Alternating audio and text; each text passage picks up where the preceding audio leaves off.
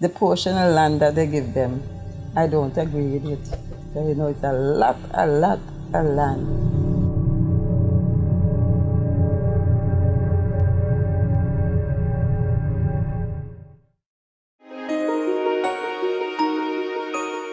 If you're looking for a place to relax and be at one with nature, then you may want to consider a scenic boat ride along Antigua's northeast marine management area, the NEMA.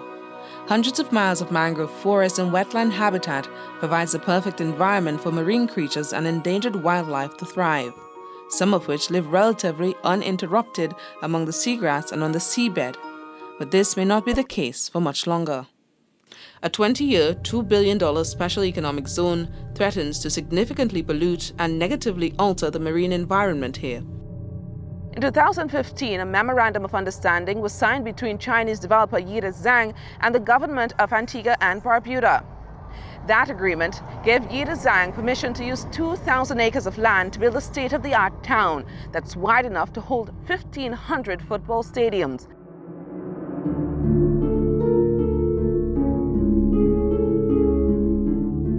The overall development, which includes 4 offshore islands, is big enough to take up almost 3% of Antigua. It is the largest construction project in the Caribbean, meant to create jobs and new spin-off industries, but it comes at a cost.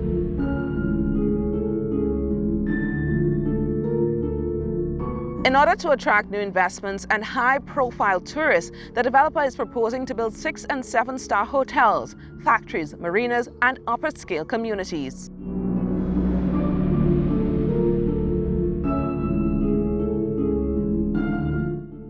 But 5 years after the groundbreaking, the Yida Group has been flagged for operating without an environmental assessment, altering wetlands, removing mangroves, and mining sand and limestone without permission.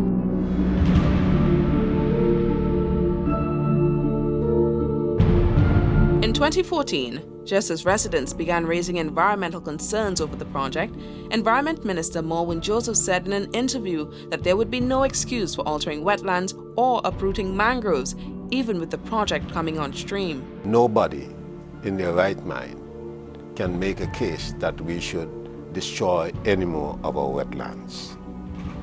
And that's where we draw the line. No more. So all these projects that are coming, if they in any way threaten the wetlands of this country, they will not be approved. For the most part, the government has played by the rules, but how strictly it enforces the law seems to vary. Executive Director of the Environmental Awareness Group, Arika Hill, knows all too well the gap between what's on paper and what's being practiced. No matter the policy that is on the paper, it is not implemented by government because it does not have the pull of political will to ensure that those policies are followed. On paper, we are fantastic. And so when you read our policies, they're robust, they are well thought out, and if implemented well, they would have great impact. The issue that we have is that the policies are only implemented or only considered important by technicians. Yida dispatched heavy-duty machinery to clear mangroves in the Narrows as the first step to build an adjoining bridge that links the mainland to the offshore island before applying for lawful permission from the chief town and country planner in charge of the Development Control Authority. The DCA issued an order for work to stop immediately, but by then, workers had already demolished the remains of an Arawak village that had been on the island.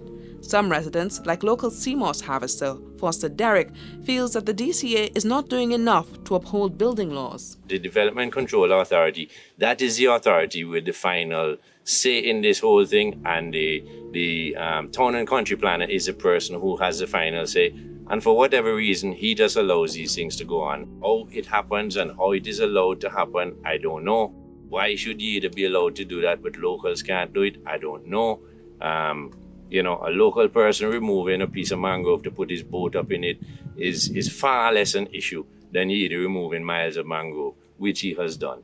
I don't really know why. I know that there are a lot of people in Antigua who are very upset about it. In August 2017, the Yida Group finally got permission to start work at the crab site on Antigua, after presenting its latest environmental impact assessment.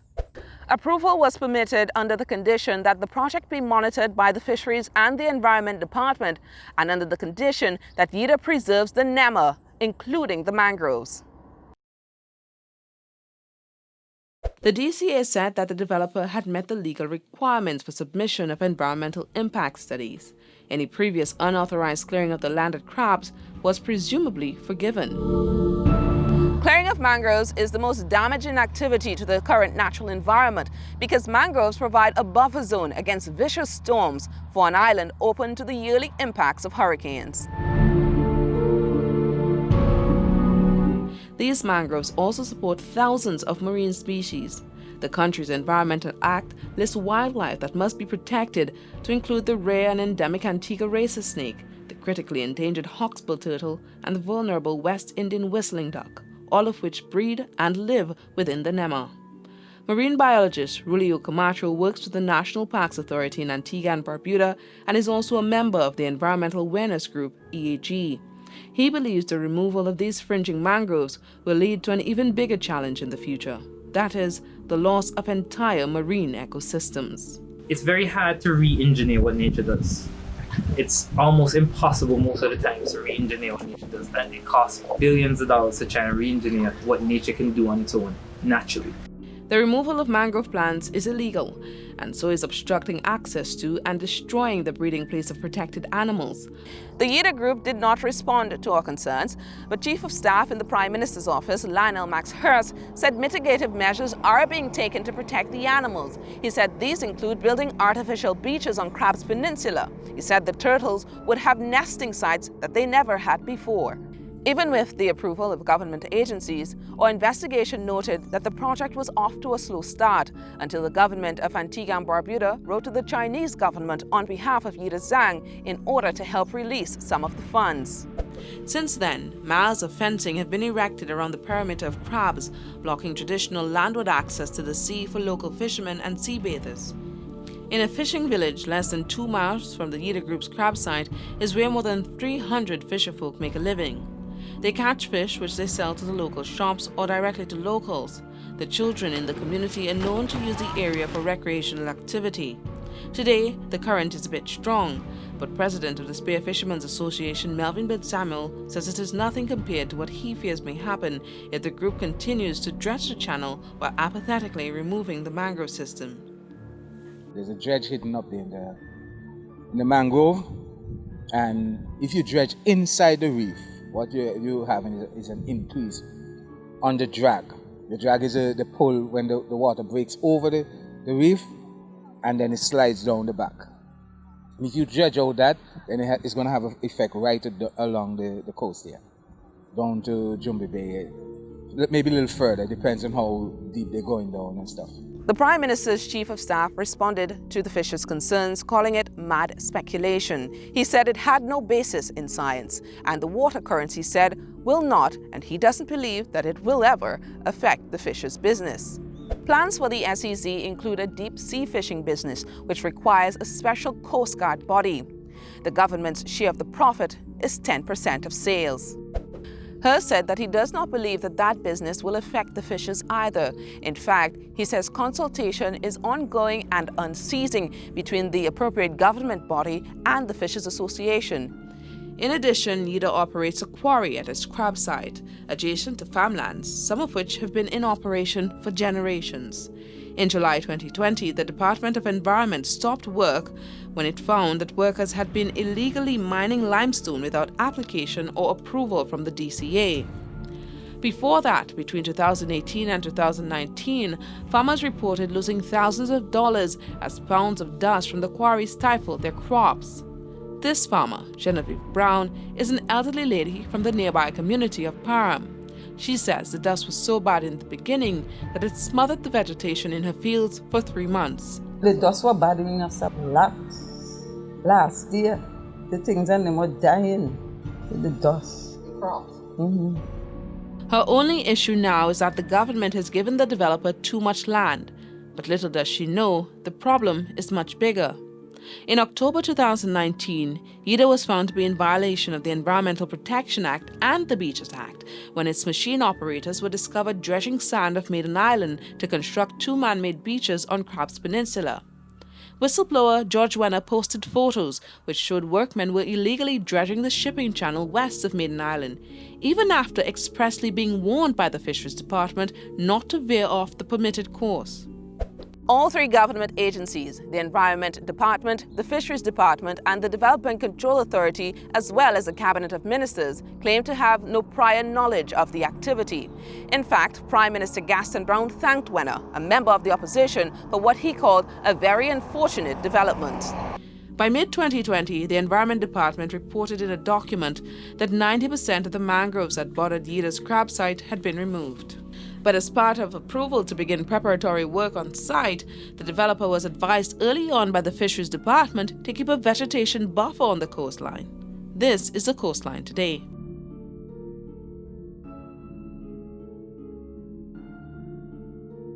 Our investigation can confirm that flamboyant trees now stand where mangroves used to be on Crabs Peninsula. Chief Environment Officer Dan Black-Lane wrote that it is uncertain if these plants were placed there and left neglected to fend for themselves, since there are no signs of freshwater irrigation equipment where this replanting exercise is being carried out. In June, the Environment Department said that these plants were finally showing signs of greening, but they failed to explain whether the irrigation problem had been solved. The Nema, where this master project is expected to be constructed, is the largest declared marine protected area under the country's Fisheries Act, maintained by grants from regional and international donor agencies. Antigua and Barbuda is a signatory on the UN's Framework Convention on Climate Change, where they've pledged to protect wetlands and watersheds and to reduce greenhouse gases by the year 2030. There was a time when we were no longer allowed to go to Maiden Island. We got stopped by security guards and we had to change our tour, which we had been doing every day, 5 days a week for 4 or 5 years. And all of a sudden, a new owner comes who starts to build things there, and we were told we were no longer allowed there. And, you know, the same thing you see happening over at Guyana Island slowly. In some instances, it's not so much them telling you can't go there, but if they rip up all the shoreline vegetation and start putting up something that looks like a prison, you know, tourists don't want to see that on an eco tour. The Yida group, however, continues to disregard both law and treaty by bypassing environmental regulations. The government agencies responsible for monitoring the SEZ have been tight-lipped since 2019, when Cabinet took an executive decision to enforce the civil service regulations which prevents public officers from speaking to the press without written approval. Instead of being guided by the laws, the government said that development in sensitive areas should be balanced against economic benefit. There has been no response from Prime Minister Gaston Browne or Environment Minister Melvin about the bending of regulations to accommodate the SEZ. But the government chief of staff said the operations were brought back in line anytime the government was alerted to any violations. Future plans for the Special Economic Zone includes marinas that will link the offshore islands, Guyana Island, Maiden Island, Crump Island, and Rabbit Island. Activists are particularly concerned about Guyana Island, where the country's national animal, the fallow deer, lives. In 2012, the then United Progressive Party government specified how the lands there should be used by agreeing to establish a sustainable island resource management zoning plan. In the zoning plan, coral reefs, seagrass beds, mangroves, and wetlands are all categorized as critical environment areas where development must be strictly guided. It is in a sensitive area that the Sustainable Island Resource Zoning Management Plan, which was parliamentally approved in, I believe it's 2012, 2011, somewhere like that, and is still used to negotiate funding for Antigua for things environmental. And it's a document that is a living document, but it is a very good document, and it was a project that was setting new ground. Businessman Foster Derrick harvests seaweed off the coast of Seaton's, where the dredging is likely to take place. He wonders how this development will affect his business. One of the reasons that I'm in here doing my CMOS is because it is a fully protected area, and therefore I can sustainably grow my CMOS and not affect the environment here that allows me the opportunity to have this protection, this natural protection, if you will. The ports of entry will transport thousands of residents who live inside the permanent tax-free zone. According to the license order granted to Yida, the zone will be free of all taxes levied in Antigua and Barbuda, and it will enjoy new concessions granted to developers outside of the zone for the lifetime of the development. Residents in the zone will also possess Antigua and Barbuda passports, the first 500 applicants in line to receive a discount on citizenship. The zone is now open to foreign investments that will complete the 20-year development. In 2018, months after Hurricane Irma decimated the sister island of Barbuda, Prime Minister Gaston Brown urged world leaders at the United Nations General Assembly to join his country to fight climate change.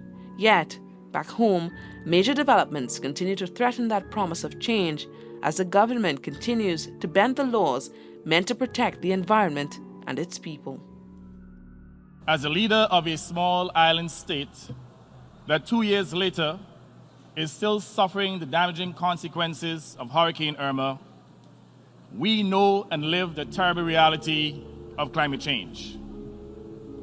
Those who continue to deny its existence cannot gainsay the massive destruction to property and loss of life that so glaringly stare them in the face year after year. Plans for the Special Economic Zone are grand, but they do not come without significant alterations to the environment, some of which have been sanctioned by the Antigua and Barbuda government.